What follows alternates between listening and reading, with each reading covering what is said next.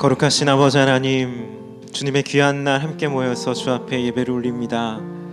저희들의 상황과 형편과 모든 것을 너무나 잘 아시는 주님, 위로가 필요한 자가 있을 때 주께서 이 시간 가운데 위로하여 주시옵시고, 몸과 마음의 회복이 필요한 자가 있을 때 주님 예배를 통하여서 회복의 은혜가 있기를 원합니다. 저희들 다만 오직 주님께 나아왔사오니 주 앞에 모든 것을 다 드릴 수 있도록 주의 성령께서 이끌어 주시옵소서. 부족하고 연약한 모든 것들을 그 보혈로 덮어 주시옵시며 그 보혈의 능력으로 말미암아 새 힘을 얻을 수 있는 그러한 시간이 될 수 있도록 주께서 이끌어 주시옵소서. 선하시고 좋으신 그 아버지 하나님을 마음을 다하여서 섬기고 찬양할 수 있는 그러한 시간이 되게 하여 주시옵소서. 간절히 바라며 우리 주 예수님의 이름으로 기도드립니다. 아멘. 좋으신 하나님을 찬양하겠습니다.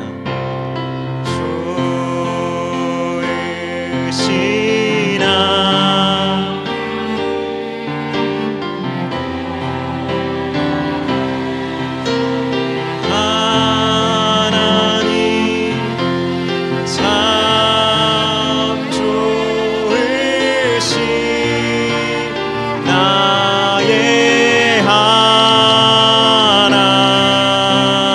마음을 다하여 고백합니다. 좋으신 하나님, 좋으신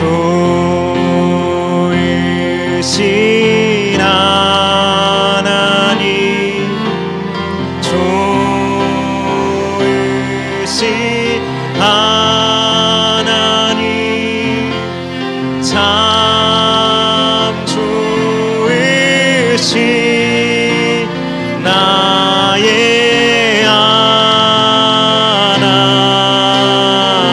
우리의 기도를 응답해 주시는 우리의 기도를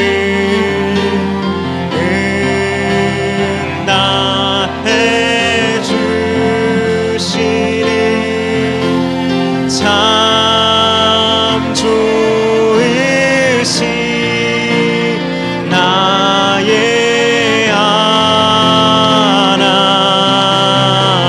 할렐루야로 찬양드립니다.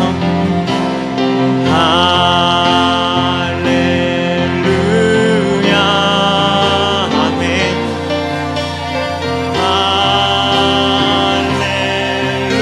할렐루야.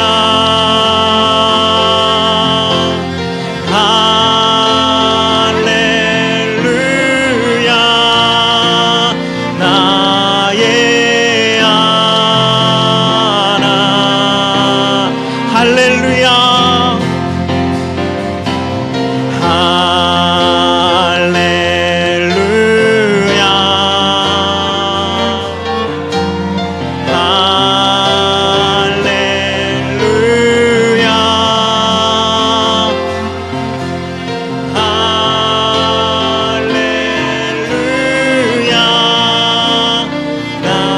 할렐루야. 할렐루야.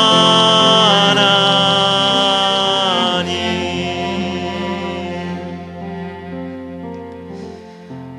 사랑의 하나님, 더욱더 선하신 하나님을, 좋으신 하나님을 믿을 수 있는 믿음을 더하여 주시옵소서. 이 시간은 한 주 동안 우리의 입술과 생각과 행동으로 지었던 모든 죄를 하나님 앞에 참회하는 시간입니다. 침묵으로 우리의 죄를 하나님 앞에 고백하도록 하겠습니다. 기도드리겠습니다.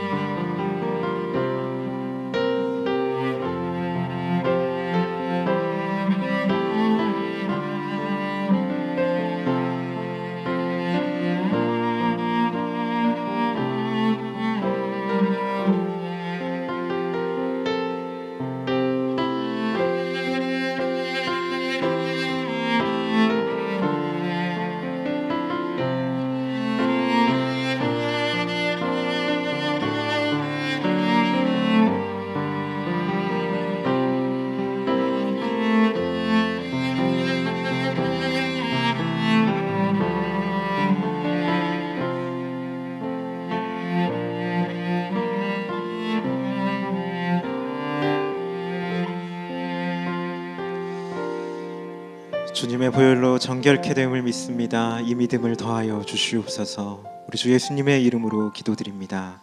아멘. 전능하사 천지를 만드신 하나님 아버지를 내가 믿사오며 그 외아들 우리 주 예수 그리스도를 믿사오니 이는 성령으로 잉태하사 동정녀 마리아에게 나시고 본디오 빌라도에게 고난을 받으사 십자가에 못 박혀 죽으시고 장사한 지 사흘 만에 죽은 자 가운데서 다시 살아나시며 하늘에 오르사 전능하신 하나님 우편에 앉아 계시다가 저리로서 산 자와 죽은 자를 심판하러 오시리라. 성령을 믿사오며 거룩한 공회와 성도가 서로 교통하는 것과 죄를 사하여 주시는 것과 몸이 다시 사는 것과 영원히 사는 것을 믿사옵나이다. 아멘. 아멘. 찬송가 540장 찬양 올리도록 하겠습니다.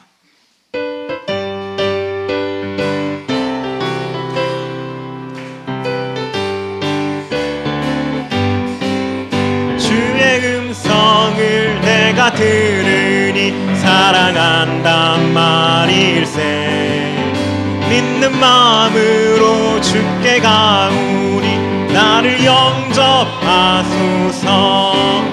내가 매일 십자가 앞에 더 가까이 가오니 굳세 주의 흘린 보배 피로써 나를 정케하. 주여 넓으신 은혜 베푸사 나를 받아주시고 나의 품은 뜻 주의 뜻같이 되게 하여 주소서. 아멘. 내가 매일 십자가 앞에 더 가까이 가오니 주의 흘린 보배 피로써 나를 정케하소서. 주의 보좌로 나아갈 때에 어찌하니 기쁠까.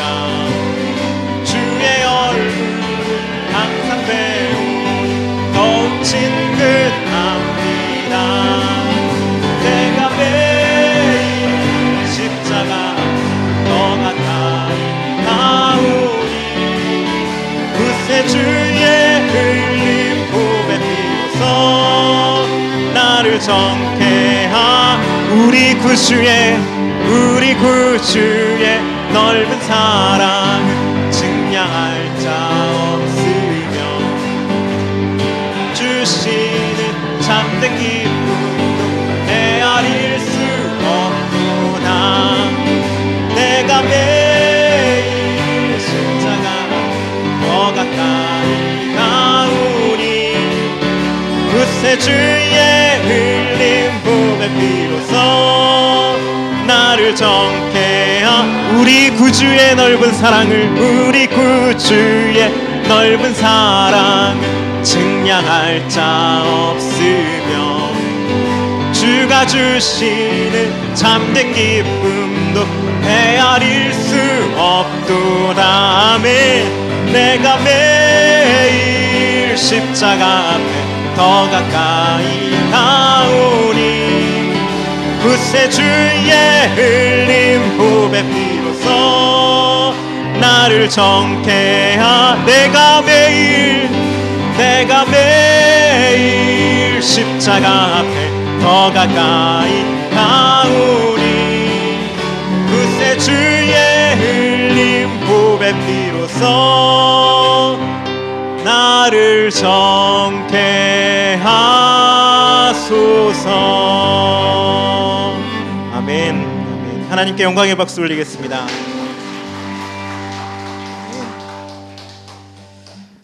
이 시간 광고 보도록 하겠습니다. 광고 나누기 전에 좌우 앞뒤 옆 사람에게 서로 인사하도록 하겠습니다.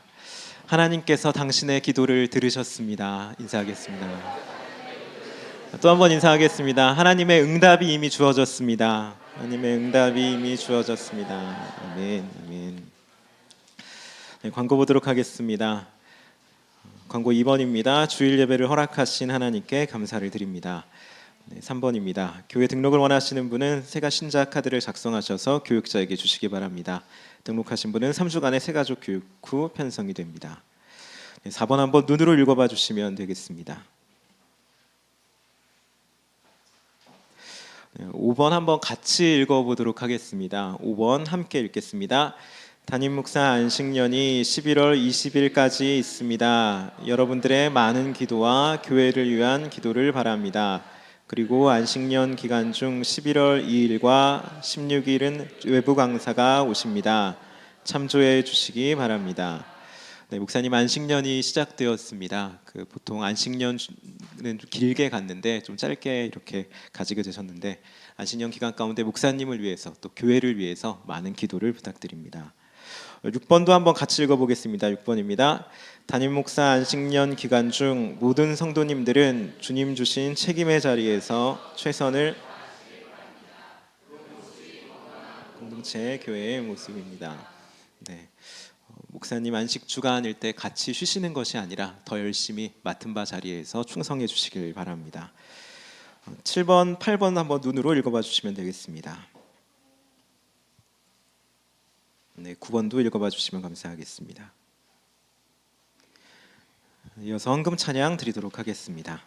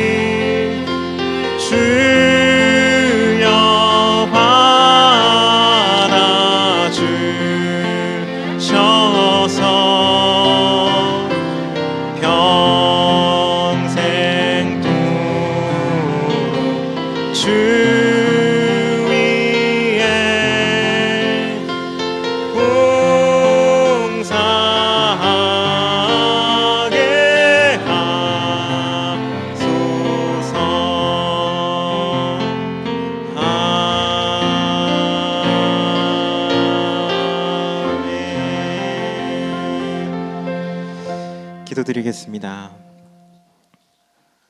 사랑의 하나님, 주님 앞에 나왔을 때 귀한 예물을 함께 드립니다. 아버지 하나님, 예물을 드린 모든 손길들 가운데 주님의 은혜와 복을 더하여 주시옵시고 예물이 쓰여지는 모든 곳곳마다 하나님의 풍성한 뜻이 드러날 수 있도록 역사하여 주시옵소서. 아버지 하나님, 예물만이 아니라 저희들의 몸과 마음과 시간과 정성 모든 것을 다 드립니다. 모든 것이 다 주님의 것임을 고백하는 마음으로 주 앞에 드리오니 주님께서 받아주시옵시고 저희들의 앞날 가운데 선한 열매로 허락하여 주시옵소서. 간절히 바라며 우리 주 예수 그리스도의 이름으로 기도드립니다. 아멘.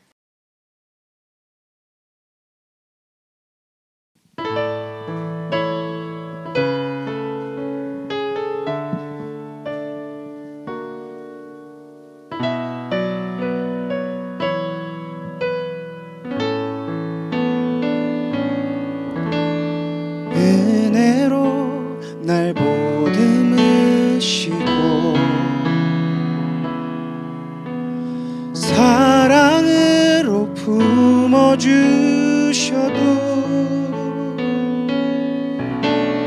내 마음 한 자락도 지키지 못하는 이 모습 부끄럽습니다.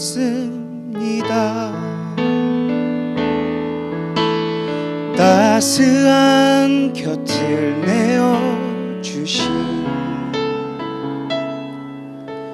주님 앞에 나갑니다.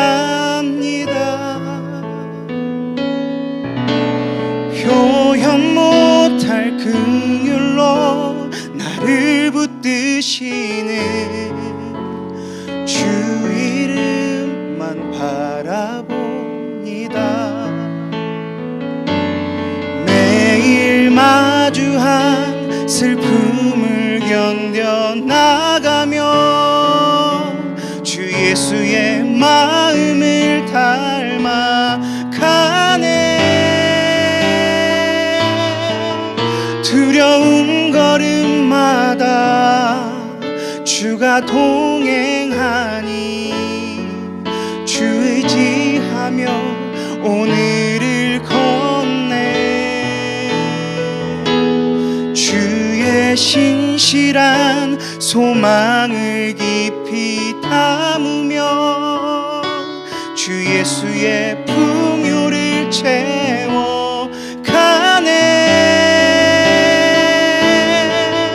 하나님의 자녀로 명예 지켜가며 깊어진 삶을 주께 드리네. 매일 마주한 슬픔을 견뎌 나가며 주 예수의 마음을 닮아가네. 두려운 걸음마다 주가 동행하니 주 의지하며 오늘을 걷네. 주의 신실한 소망을 깊이 담으며 주 예수의 풍요를 채워가네. 하나님의 자녀로 명예 깊어가며 깊어진 삶을 주께 드리네.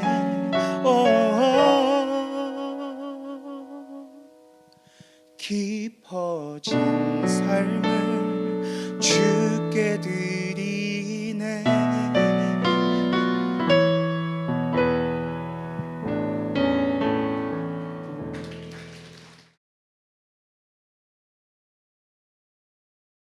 다 같이 기도드리겠습니다.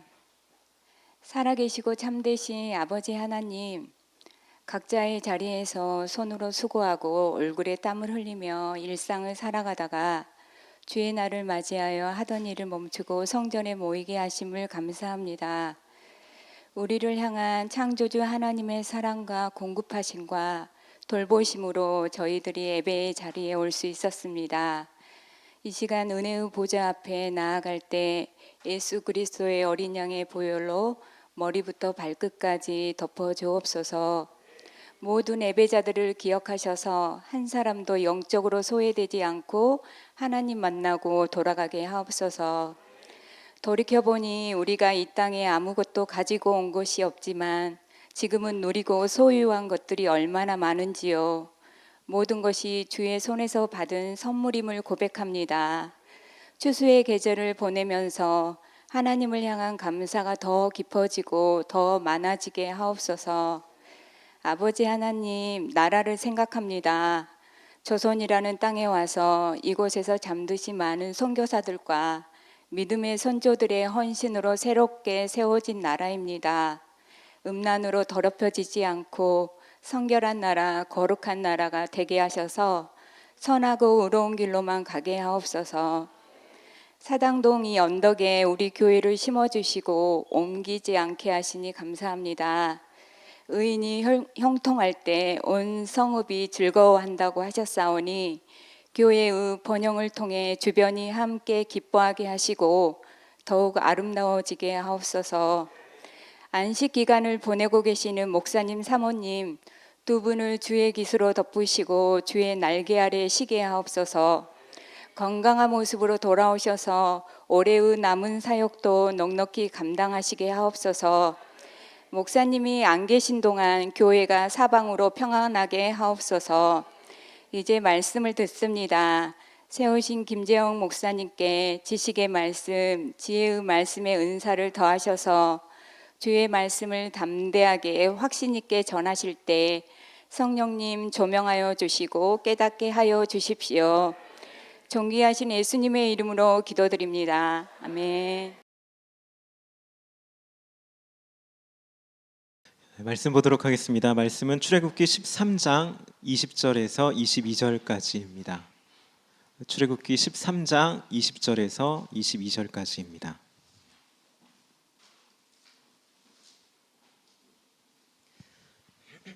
(13장) 20절에서 22절까지 한 절씩 교독하도록 하겠습니다. 제가 먼저 읽겠습니다. 그들이 숫곳을 떠나서 광야 끝 에담의 장막을 치니 여호와께서 그들 앞에서 가시며 낮에는 구름 기둥으로 그들의 길을 인도하시고 밤에는 불 기둥을 그들에게 비추사 낮이나 밤이나 진행하게 하시니. 함께 읽겠습니다. 낮에는 구름 기둥 밤에는 불 기둥이 백성 앞에서 떠나지 아니하니라. 아멘. 기도드리겠습니다. 살아서 역사하시는 아버지 하나님, 말씀을 듣고자 합니다. 듣는 귀를 열어주시옵시고 부드러운 마음을 허락하여 주셔서 이 말씀이 저희들의 믿음 가운데 유익함이 있을 수 있도록 주의 성령께서 역사하여 주시옵소서. 한마디의 말씀으로도 사람을 살리는 것을 믿사오니 주의 성령께서 역사하여 주시옵소서. 간절히 바라며 우리 주 예수님의 이름으로 기도드립니다. 아멘. 구름 기둥과 불 기둥이라는 제목으로 말씀을 증거하도록 하겠습니다. 하나님께서는 이스라엘을 애굽에서 종살이하는 그 이스라엘을 이끄셔서 구원하셔서 가나안 땅으로 보내시려고 하셨습니다. 이스라엘이 애굽에서 나와서 가나안 땅으로 가는 그 여정 가운데에는 광야라는 곳을 통과하게끔 되어 있습니다. 이 사막을 통과해야 되는데 이때 하나님께서는 큰 기적의 은혜를 베푸신 겁니다. 낮에는 구름 기둥으로 밤에는 불 기둥으로 이스라엘을 보호해 주셨던 겁니다. 이때 여기서 보통 구름 기둥, 불 기둥이다라고 말을 하면 이게 무슨 동화 같은 이야기냐라고 생각을 하실 수도 있는데, 우리가 하나님을 창조주요 전능하신 분이다라고 그렇게 믿고 고백을 한다라고 하면은 성경에 기록된 모든 사건들을 실제로 있었던 일로, 역사적 사실로 우리는 믿을 수 있어야 한다라는 것입니다.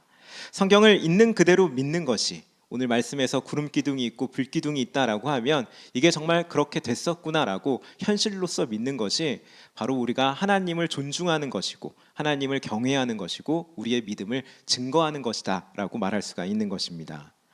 그렇게 구름 기둥, 불 기둥이 이게 어떻게 말이 되냐, 이게 어떻게 과학적으로 성립이 되냐, 이건 말이 안 된다, 이렇게 생각할 것이 아니라 전능하신 하나님께서 이러한 역사를 이끄셨구나, 이러한 은혜를 베푸셨구나라고 생각하면서 이것을 그냥 받아들일 수 있어야 할 것입니다. 이 믿음 생활이라고 하는 것이, 예수님을 믿는다라는 것이 때로는 나의 상식도, 나의 경험도, 나의 판단도 다 내려놓을 그럴 필요가 있다라는 것입니다. 이미 성경을 잘 믿고 계신 분들은 이 믿음을 더욱더 굳건하게 잘 지키시면 될 것이고, 여기에 대해서 약간의 의아함이 있고 의구심이 있다라고 하시는 분이 있다면 하나님을 경외하는 마음으로, 하나님을 존중하는 마음으로 이건 역시 믿음으로 받으시길 소망합니다. 이 구름 기둥과 불 기둥이 어떤 모양으로 나타났느냐에 대해서는 정확한 묘사가 나와 있지 않기 때문에 정확한 설명이 좀 어렵습니다. 그런데 대체적으로 이제 얘기를 하는 것은 말 그대로 이스라엘 선두 쪽에 구름이 기둥처럼 이렇게 서 있었다라고 보고 있습니다. 그리고 하늘과 닿은 그 기둥에서부터 구름이 계속 퍼져나가서 이스라엘이 거하고 있는 온 하늘을 덮은 모습으로 그렇게 보고 있는 것입니다. 낮에는 이 구름 기둥이 광야의 그 찌는 듯한 더위에서 이스라엘을 보호해 주는 것이고, 밤에는 이 구름 기둥이 불 기둥으로 변하여서 이 광야의 추위에서 이스라엘을 보호해 주게 된다라고 볼 수 있습니다. 이런 구름 기둥과 불 기둥의 은혜는 분명하게 놀라운 하나님의 기적의 역사다라고 할 수가 있습니다. 이건 두말할 것이 없이 완벽한 기적이고 하나님의 은혜다라고 말할 수가 있는 겁니다. 그런데 여기서 한 가지 생각해 볼 것이 있습니다. 어떤 것이냐? 이스라엘 입장에서 이 구름 기둥과 불 기둥의 은혜는 뭔가 많이 아쉬운 기적, 아쉬운 은혜다라고 할 수가 있다라는 겁니다. 무엇이 아쉬우냐? 하나님께서 이 구름 기둥과 불 기둥의 은혜를 주신 것은 이스라엘이 광야에서 딱 살 수 있을 만큼만, 생존할 수 있을 만큼만 허락하신 은혜이기 때문에 이들의 입장에서는 조금 아쉽다라고 할 수가 있는 겁니다. 이왕에 이렇게 말도 안 되는 놀라운 은혜를, 기적을 베풀어 주셨으면 구름 기둥과 불 기둥뿐만 아니라 땅도 낙원과 같이 초장과 같이 그렇게 해주면 좋을 거고, 혹은 집도 갑자기 만들어 주시면 좋을 거고, 샘물도 만들어 주시면 참 좋을 텐데, 하나님께서는 그러한 역사를 행하시지 않고 오직 이스라엘이 정확하게 살 수 있을 생존 환경만 만들어 주셨다라는 것입니다. 그래서 이스라엘은 이 광야 생활 가운데에서 더위와 추위에 대한 걱정은 안 할 수 있었지만 그들은 나름대로 성실하게 자신의 일상의 삶을 감당해야만 했습니다. 집을 짓기 위해서, 텐트를 치기 위해서 열심히 노력을 해야 했던 것이고, 물을 기르기 위해서 노력을 해야 했던 것이고, 또한 가축을 가지고 나온 사람이 있으면 그 가축을 먹이기 위해서 힘써서 애써서 생활을 해야 했다라는 것입니다. 즉 이스라엘은 하나님께서 베푸신 놀라운 은혜의 기적을 분명하게 누리면서 살았지만 그와 동시에 본인들도 노력하고 성실히 살아야 하는 그러한 삶을 감당해야 했다라는 것입니다. 하나님의 기적 안에서 인간의 노력이 함께하는 삶, 이것이 광야의 삶이었다라는 것입니다.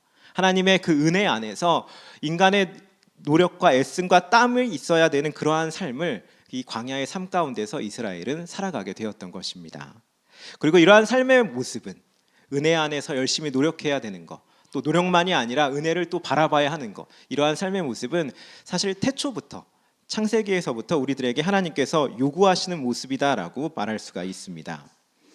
창세기 2장 15절을 보게 되어지면은 하나님께서는 아담과 하와에게 완벽한 은혜의 공간인 에덴이라는 곳을 허락해 주셨습니다. 모든 것이 다 완벽하게 있는 공간이었습니다. 그런데 그곳에서 아담과 하와를 그저 편하게 먹고 놀게끔 행하신 것이 아니라 하나님께서 한 가지의 명령을 주십니다. 그 땅을 경작하라는 명령을 주셨던 것입니다. 한번 말씀을 같이 보겠습니다. 창세기 2장 15절의 말씀입니다. 함께 읽어보겠습니다. 여호와 하나님이 그 사람을 이끌어 지키게 하시고, 아멘. 그것을 경작하며 지키게 하시고라고 말씀하고 있습니다. 이 경작이라는 단어에는 노동이라는 그 의미가 분명하게 포함되어 있는 것입니다. 모든 것이 완벽하게 갖추어진 그 에덴에서도, 그 은혜의 동산에서도 그저 편하게 쉬고 있는 것이 아니라 땀 흘리면서 노력을 해야 한다라는 것입니다. 하나님께서 원하시는 삶의 모습이 바로 여기에 있다라는 것입니다. 그렇게 손 하나 까딱하지 않고 모든 것이 다 기적처럼 이루어지는 그러한 삶, 너무나 편안하게 삶을 살아가는 그러한 모습, 애씀이 없고 노력이 없고 눈물이 없는 그러한 삶의 모습은 결탄코 그리스도적인 삶의 모습이 아니다라고 할 수가 있는 겁니다.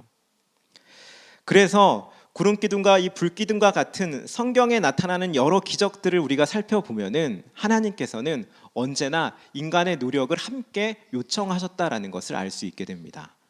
인간의 노력함이 없이, 인간의 애씀이 없이 하나님께서 절대적으로 기적을 베푸신 역사는 성경에서 찾기가 참 어렵다라는 겁니다. 대표적으로 예수님께서 죽은 나사로를 살리실 때를 생각해 보면 이 점을 잘 알 수가 있습니다. 예수님께서 자신이 사랑하셨던 그 나사로가 죽게 됐을 때 이미 죽은 지 나흘이 되었다라고 성경은 기록하고 있습니다. 그래서 나사로에게 찾아가서 이제 말씀만으로, 그냥 행하는 말씀 한마디만으로 나사로를 살리시는데, 이때 말씀을 보게 되어지면은 사람들에게, 제자들에게 시켰다라고 볼 수가 있는데, 이때 무덤에 있는 돌문을 옮기게끔 요청을 하신 것을 우리가 볼 수가 있습니다. 한번 말씀을 이것도 한번 보겠습니다. 요한복음 11장 39절의 말씀입니다. 제가 읽겠습니다. 예수께서 이르시되 돌을 옮겨 놓으라 하시니, 예수님이 무덤에 막고 있는 이 돌을 좀 옮겨달라고 한 겁니다. 굴과 같은 것이 이 당시에 어떤 무덤의 모습이었는데 그 돌을 옮겨달라고 요청을 하신 겁니다. 생각해 보면 예수님께서는 말씀만으로 이 죽은 사람을, 4일이나 지난 사람을 살리실 수 있는 분인데, 그렇다면 나사로야 나오너라 라고 그렇게 말할 때 무덤에 있는 돌문도 같이 부서지거나 터지거나 하면서 나사로가 나왔다면 뭔가 더 극적인 연출이 됐을 텐데, 더 멋있었을 텐데, 예수님께서는 그러한 기적의 역사는 행하시지 않았다라는 것입니다.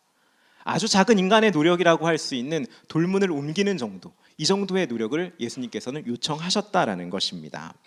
기적의, 은혜에 인간의 노력을 함께 포함시켰다라는 것을 알 수 있습니다.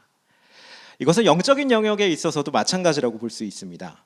우리가 구약에서 위대한 선지자 중에 한 사람이다라고 손꼽히는 인물이 엘리야라는 인물입니다. 이 사람은 그 이스라엘에 3년 6개월 동안 비가 오지 않았을 때 하나님께서 비가 오리라라고 하는 그러한 응답을 듣게 되었습니다. 성경을 보게 되어지면은 큰 비의 소리를 들었다라고 그렇게 이야기를 하고 있습니다.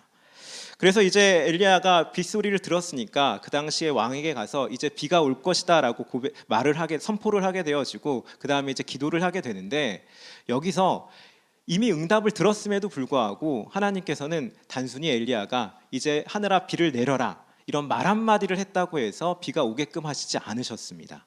엘리야의 간절한 기도가 있을 때, 엘리야의 애씀이 있을 때에 비를 허락하시는 하나님의 모습을 볼 수가 있는 겁니다.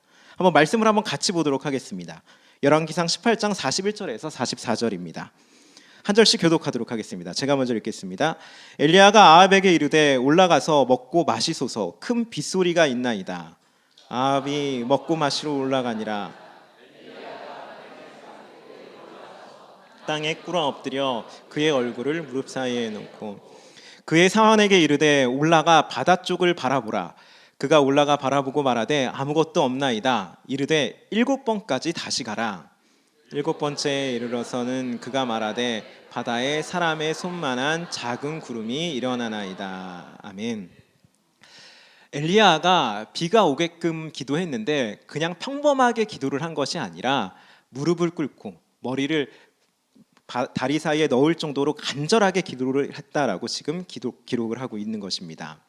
이렇게 간절하게 기록을 했는데도, 그럼에도 불구하고 아무런 징조가 없자 계속해서 더 열심히 엘리야는 기도를 합니다. 7번까지 다시 가라 할 정도로 많은 시간을 들여서 엘리야는 기도를 했습니다. 이미 하나님께서 응답이 있을 것이다라는 그러한 응답을 확실하게 받았음에도 불구하고, 응답이 주어졌음에도 불구하고 하나님은 그냥 그 응답을 이루시는 것이 아니라 이렇게 간절한 기도를 통하여서 그 응답의 역사를 이루셨다라는 겁니다. 기적에도, 이미 주신 응답에도 이런 노력과 애씀이 필요하다라는 것을 분명하게 알려주고 있습니다. 예수님도 마찬가지셨습니다. 공생애의 삶을 보게 되어지면은 많은 병자들을 고쳐주셨는데 단순히 그냥 고쳐주시지 않으셨습니다. 꼭 예수님께서는 네가 낫고자 하느냐, 내가 무엇을 해주기를 원하느냐, 그렇게 그 상대방의 의지를, 그 소망을 물어보는 모습이 나타납니다. 무조건 기적을 주시는 것이 아니라 그 사람의 소망이, 그 사람의 의지가 있는 것을 확인하신 뒤에 그 은혜를 베풀어 주셨다라는 것입니다. 이렇게 놀라운 기적과 같은 하나님의 역사에는, 혹은 또 일반적인 그런 은혜의 역사에는 돌을 옮기는 정도의 그러한 모습, 혹은 간절한 기도의 정도의 모습, 또는 나의 소망과 의지가 있어야 하는 그런 정도의 인간의 노력이 필요하다라는 것을 성경은 계속해서 우리에게 알려주고 있는 것입니다. 그렇다면 왜 하나님께서는 기적을 베푸실 때 이러한 인간의 노력을, 인간의 애씀을 요청을 하시느냐? 그 이유는 매우 간단합니다. 우리가 그 은혜를 계속해서 기억하게끔 만들기 위함이다라고 볼 수 있습니다. 우리는 너무나 쉽게 잊어버리는 존재입니다. 그래서 우리가 행한 어떠한 일이 없이 주어지게 되는 기적이 있을 때는, 주어지게 되는 은혜가 있을 때는 그 당시에는 대단하다라고 생각하고 감동을 받고 즐겨할 수 있겠지만, 내가 행한 노력이 없다라고 한다면 그 은혜는 쉽게 사라지게 되고 마는 것입니다. 그래서 하나님께서는 하나님의 기적 가운데 우리가 감당해야 할 몫을 따로 주면서 함께 그 일을 이루어 나가신다라고 볼 수가 있습니다. 너무나 쉽게 잊는 존재가 우리들이기 때문에 작은 부분이라도 꼭 함께 하게끔 우리를 만드시는 겁니다. 오늘 본문에 나타난 이스라엘에게 구름기둥과 불기둥은 허락해 주셨는데 다른 것들을 허락하시지 않은 것도 여기에 있다라고 볼 수 있습니다.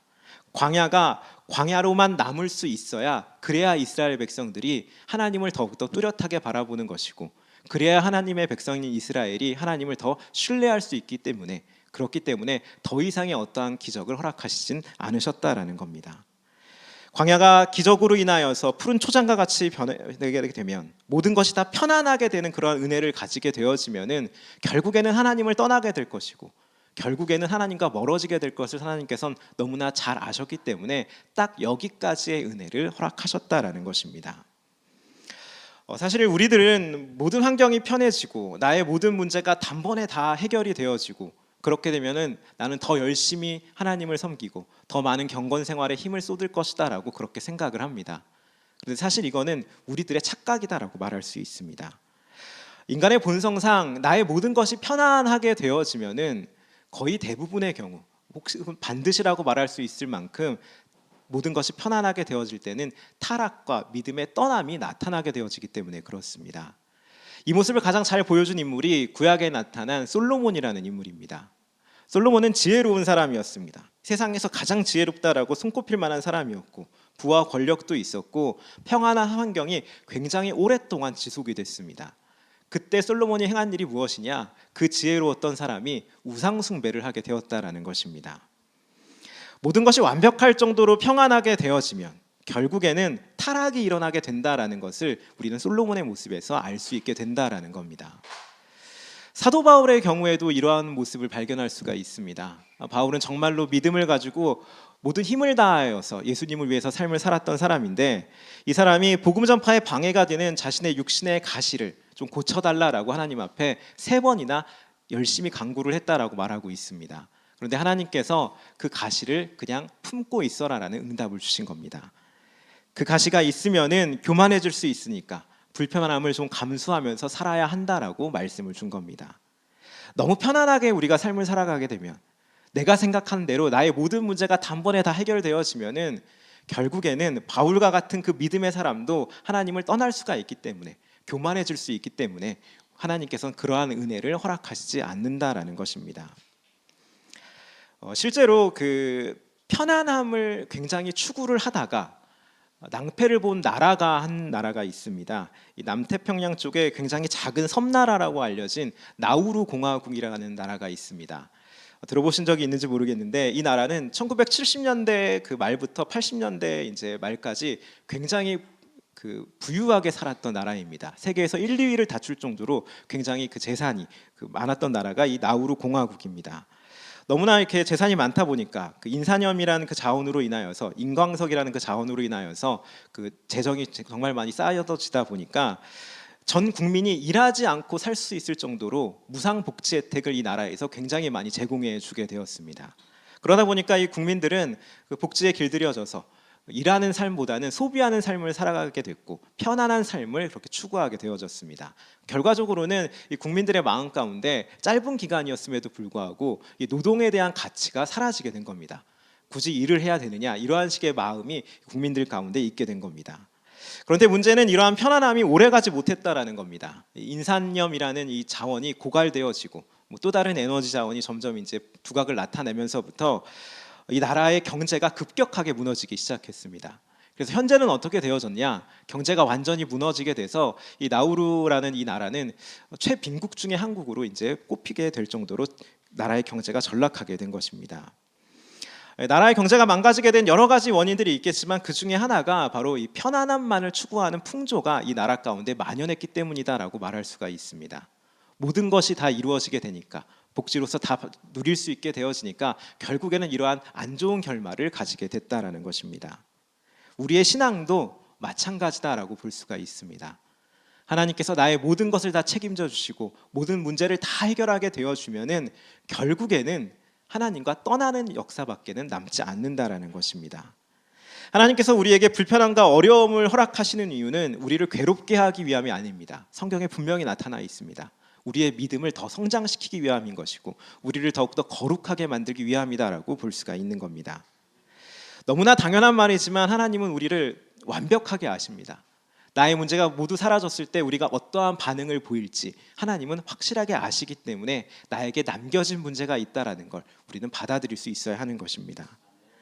모든 것이 편해지면 믿음이 타락하게 되고 단번에 모든 기도가 다 응답받으면 하나님이 멀어진다는 것, 어쩌면 좀 불편하고 좀 인정하기 싫을 수 있는 말이지만 죄송스럽지만 우리 이 부분을 인정할 필요가 있는 것입니다. 믿음으로 받을 필요가 있을 것입니다.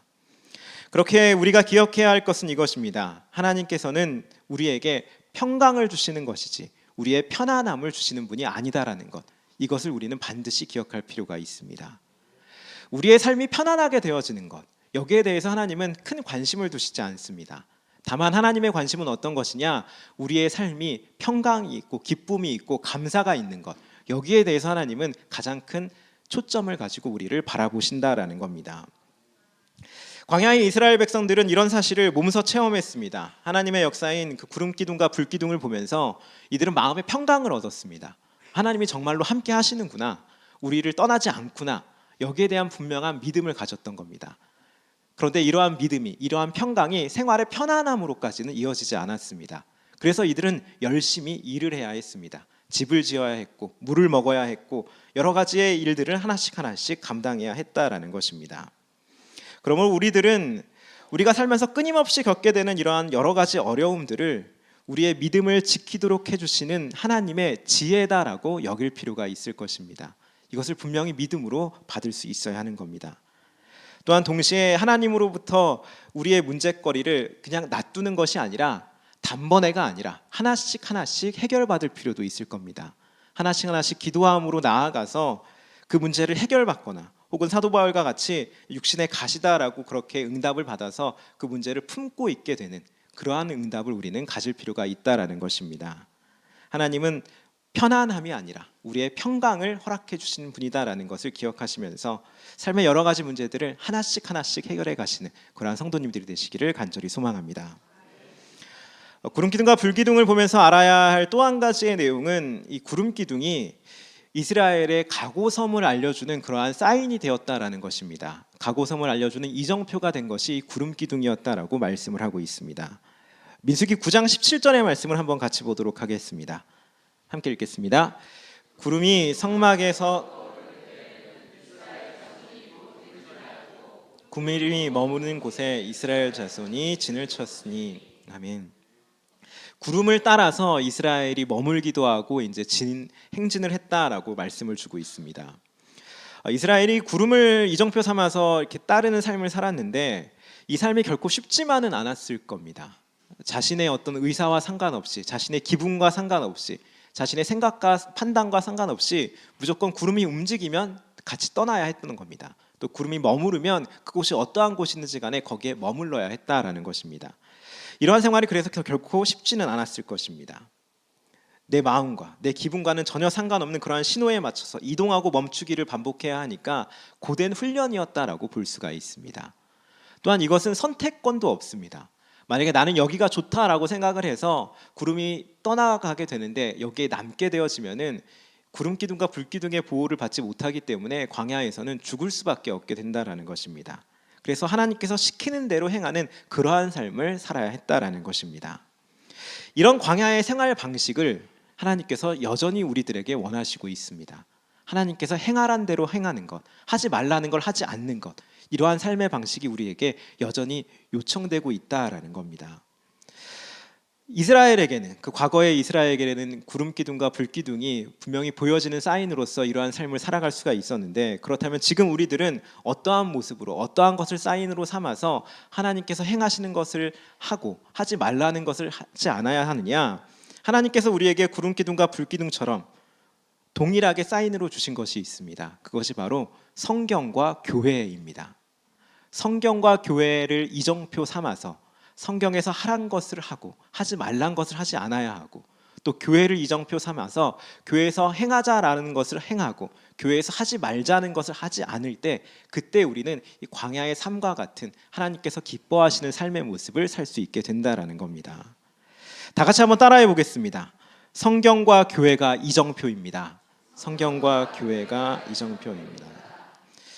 성경과 교회가 구름 기둥과 불 기둥처럼 우리의 삶을 이끌어주는 것입니다. 성경이 우리 생활의 기준이다라는 것은 말할 필요가 없습니다. 하나님의 말씀이기 때문에 여기에 나온 대로 우리는 삶을 살아야 할 것입니다. 교회가 왜 우리의 이정표가 되어지느냐? 교회는 예수님이 머리시기 때문에 그렇습니다. 이 교회를 통하여서 우리가 하나님을 배우게 되기 때문에, 이 교회를 통하여서 교우들과의 관계를 통하여서 나의 신앙을 계속해서 성장시킬 수 있기 때문에, 잘못된 부분이 있다면 바로 잡을 수 있기 때문에 이 교회라는 곳은 울타리가 되어지기 때문에 우리의 이정표가 된다라고 말할 수가 있습니다. 그렇게 교회의 방향과 함께 발맞춰서 실제의 생활을 함께 해나가는 것, 이것이 가장 안전하게 우리의 신앙생활을 할 수 있는 비결이다라고 볼 수가 있습니다. 교회와 상관없이 신앙생활을 할 수 있는 사람들이 있습니다. 그런데 안전하지 못합니다. 교회와 함께 신앙생활을 하게 되어지면은 하나님께서 가장 기뻐하시고 가장 안정적으로 우리는 신앙생활을 행할 수 있게 된다라는 것입니다. 지금도 여전히 하나님께서는 우리들에게 성경 말씀과 교회를 통하여서 우리의 가고섬을 이끄신다라는 것, 이 점을 기억하시는 성도님들이 되시길 바랍니다. 말씀을 정리하겠습니다. 이 구름 기둥과 불 기둥은 이스라엘이 최소한의 생존을 허락해 주시는 하나님의 은혜였습니다. 더 이상 어떤 은혜를 허락하시지 않은 것은 은혜를 잊어버릴 수 있기 때문에, 그렇기 때문에 더 이상의 은혜는 허락하지 않으셨습니다. 그리고 이스라엘을 구름 기둥과 불 기둥으로 보호하셨던 것처럼 오늘날에도 하나님께서는 여전히 우리를 성경과 교회를 통하여서 이끄신다라고 할 수가 있는 것입니다. 이러한 내용을 마음에 담으시는 그러한 성도님들이 되시길 간절히 소망합니다. 이 시간 우리 받은 말씀을 생각하면서 함께 찬양 드리도록 하겠습니다. 주님 말씀하시면 내가 나아가리다. 주님 뜻이 아니면 내가 멈춰서리다. 받은 말씀을 생각하면서 기도하는 마음으로, 고백하는 마음으로 함께 찬양 드리도록 하겠습니다.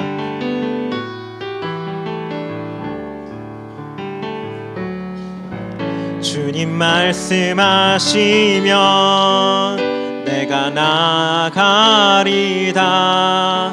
주님 뜻이 아니면 내가 멈춰서리다.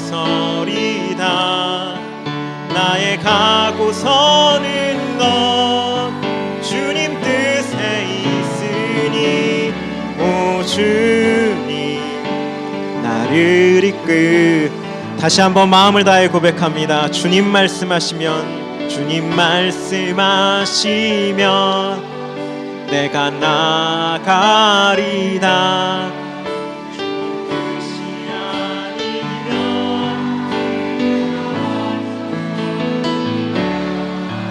나의 가고 서는 것 주님 뜻에 있으니 오 주님 나를 이끄소서.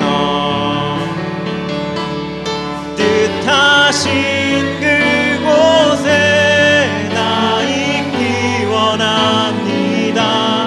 이끄시는 대로 순종하며 살리니 연약한 내 영혼 통하여 일하소서. 주님 나라와 그 뜻을 위하여 뜻하신 그곳에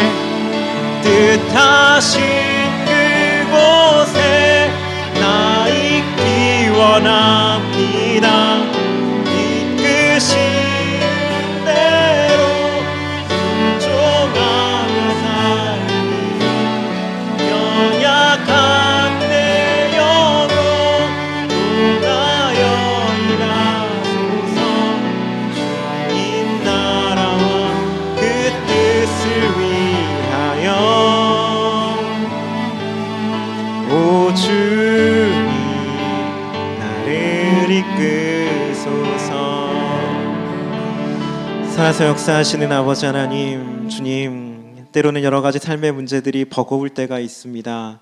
그럼에도 불구하고 주님 그 모든 것들을 주님께서 하나하나 바라보고 계시고 주의 손에 있음을 저희들이 믿음으로 고백하게 하여 주시옵소서.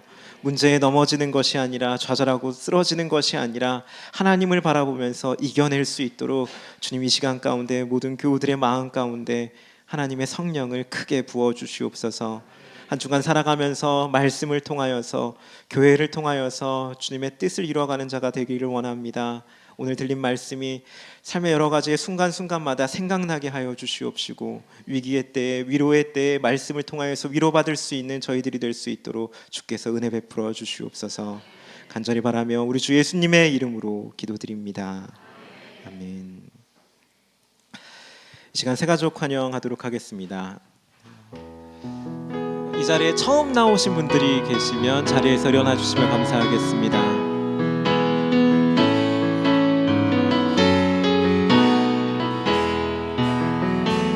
안 계시면 서로를 향하여서 축복하겠습니다. 당신은 하나님의 언약 안에 있는 축복의 통로.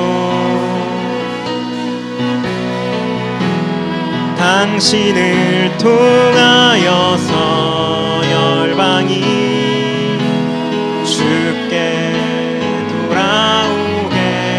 당신은 하나님의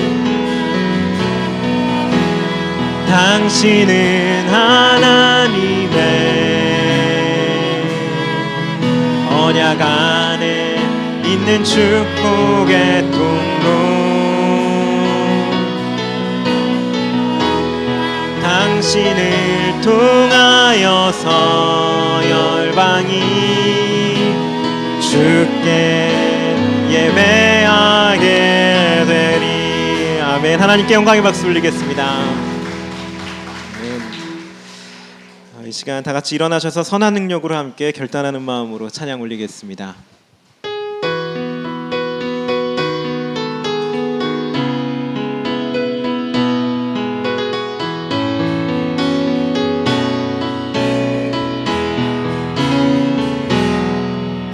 그 선한 힘에 고요히 감싸여 그 놀라운 평화를 누리며 나 그대들과 함께 걸어가네. 나 그대들과 한 해를 여네. 지나간 허물 어둠의 날들이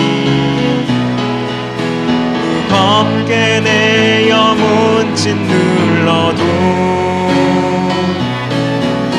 오 주여 우릴 외면치 마시고 약속의 구원을 이루소서. 아멘. 그 선한 힘이 우릴 감싸시 믿음으로 일어날 일 기대하네. 주 언제나 우리와 함께 계셔 하루 또 하루 하늘 새로 주께서 밝히신 작은 촛불이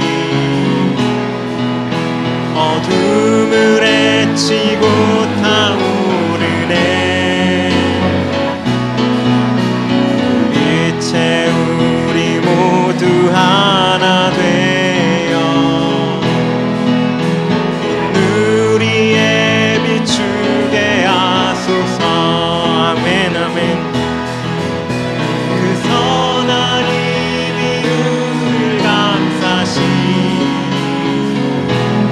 믿음으로 일어날 일 기대하네. 주 언제나 우리와 함께 계셔 하루 또 하루가 그 선한 힘이 우리를 감싸시니 그 선한 힘이 우리를 감싸시니 믿음으로 일어날 일 기대하네. 주 언제나 우리와 함께 계셔 하루 또 하루가 늘 새로워.